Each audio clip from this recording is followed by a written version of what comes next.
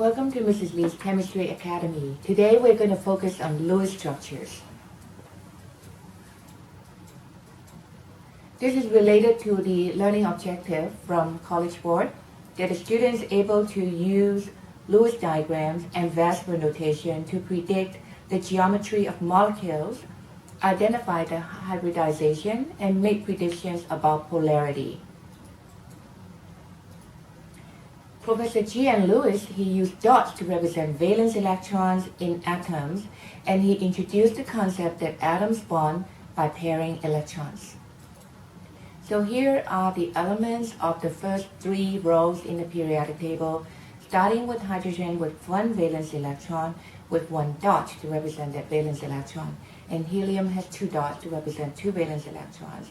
And then when you go in period 2 from lithium to neon, one dot is added at a time when you go to the next atom until neon obtains 8 electrons on its outer shell.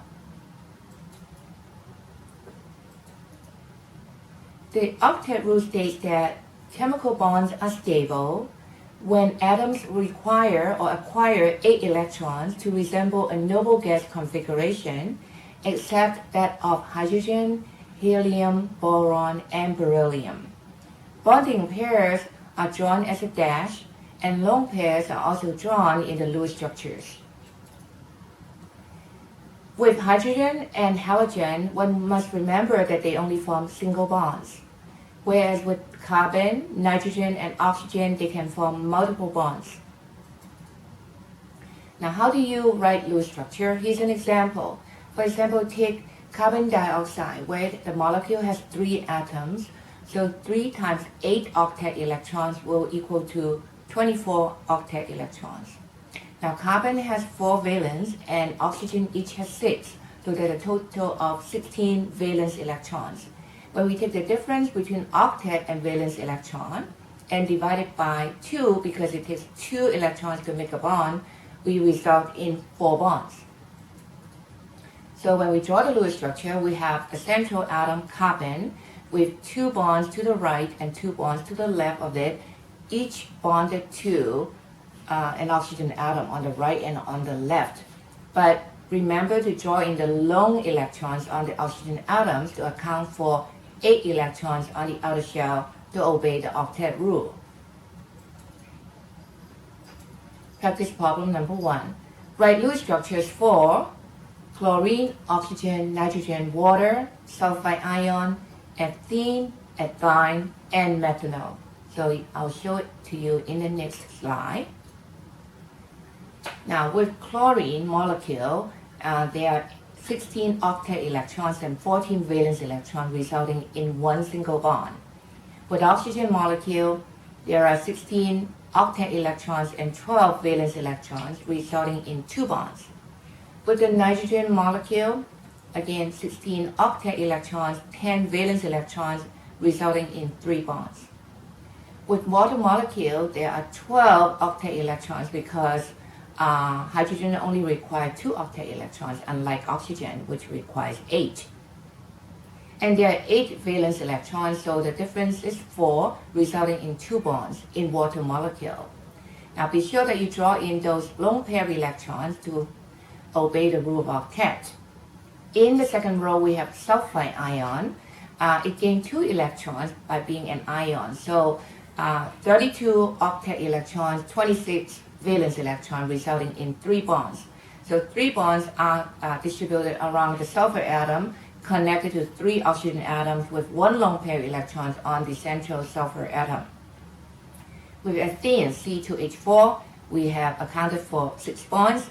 Therefore, other than the 4 single bonds between carbon and hydrogen, there's a double bond between the 2 central carbon atoms. Now with ethine, we have calculated to be 5 bonds, so there are 3 bonds between the 2 central carbon atoms and 2 single bonds to the 2 H atoms on the 2 sides. With methanol, there's a total of 5 bonds. So we first draw 4 bonds around the central carbon atom. 3 of them are bonded to H, 1 of them is bonded to the O atom. Then there's a further 5th bond that's bonded between O and H.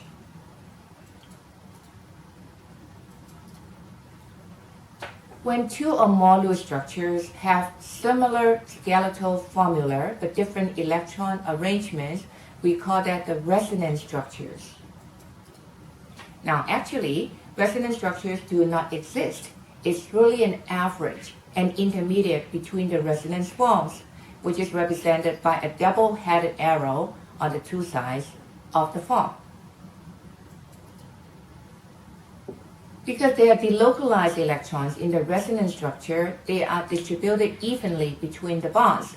Therefore, the bonds are equivalent in nature and is intermediate in strength and length between a single and a double bond. Let's try practice problem number 2. Draw resonance structures for ozone and the nitrate ion.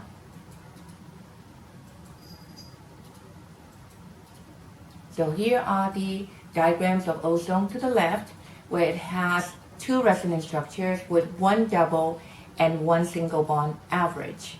And to the right-hand side, you see the nitrate ion represented by 3 resonance structures and representing an average between one double bond and 2 single bonds.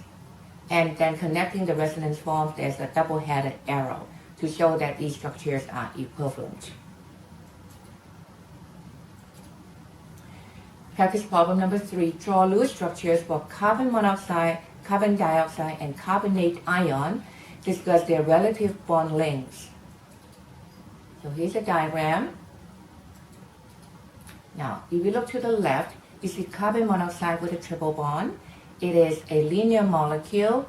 The bond order is 3.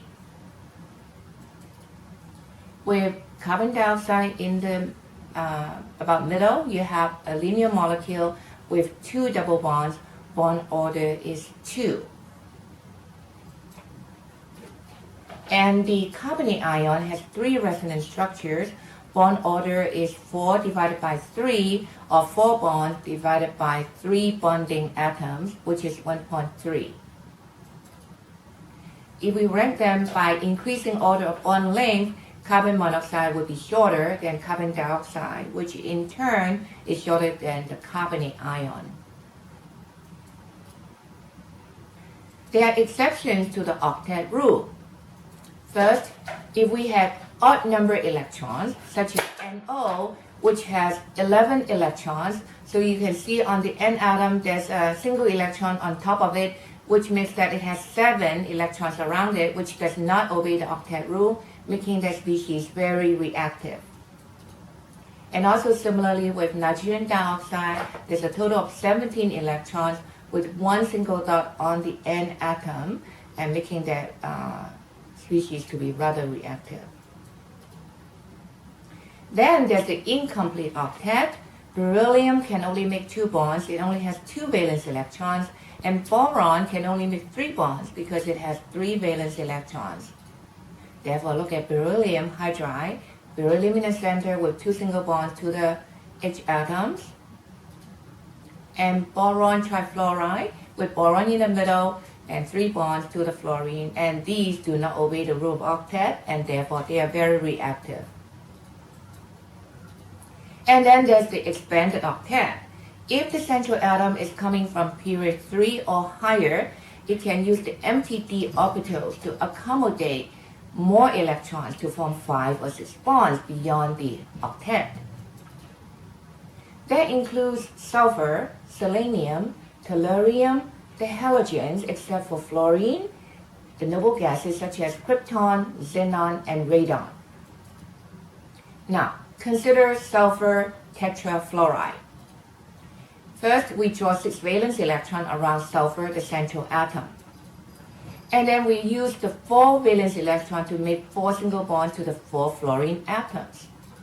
Now we have 2 electrons remaining that are unbonded. They appear as lone pair electrons on the sulfur atom. So in these following molecules, you probably will be able to see how the expanded octets are drawn for sulfur tetrafluoride, xenon tetrafluoride, chlorine trifluoride, I3- ion, phosphorus pentachloride, and sulfur hexafluoride. Okay, starting with sulfur tetrafluoride, which I have explained earlier, There are 4 bonds and 1 lone pair, resulting in a seesaw geometry. With XCF4, now xenon has 8 valence electrons, so we make use of 4 of them to make 4 bonds to the fluorine atoms, resulting in 2 pairs of unbonded electrons. They are drawn above and below xenon, making the geometry square planar. Then with the ClF3, there are 7 valence electrons around chlorine. 3 of them are used to make bonds to around chlorine, and 3 of them are used to make bonds to fluorine. And therefore, there are 2 pairs of unbonded electrons on the chlorine atom, making it T-shaped. And then on the I3 minus ion, there are 7 valence electron on iodine, plus 1 more because it's an ion. So now we have 8 electrons around the central I atom, and we use 2 of them to make the bond to the other 2 iodine atoms. Now we are left with 3 pairs of unbonded electrons on the central iodine, and therefore it is linear. With the phosphorus pentachloride, phosphorus has 5 valence electrons, and we use them all up in making the bond to the 5 chlorine atoms, and therefore there's no lone pair remaining, resulting in trigonal bipyramidal geometry. And then with sulfur hexafluoride, all the 6 valence electrons are bonded, resulting into octahedral geometry. Formal charge. It is a charge arbitrarily assigned to each atom in a Lewis structure as if all the bonding electrons were shared equally. Formal charge is calculated as the number of valence electrons minus non-bonding electron and 1/2 of the bonding electrons.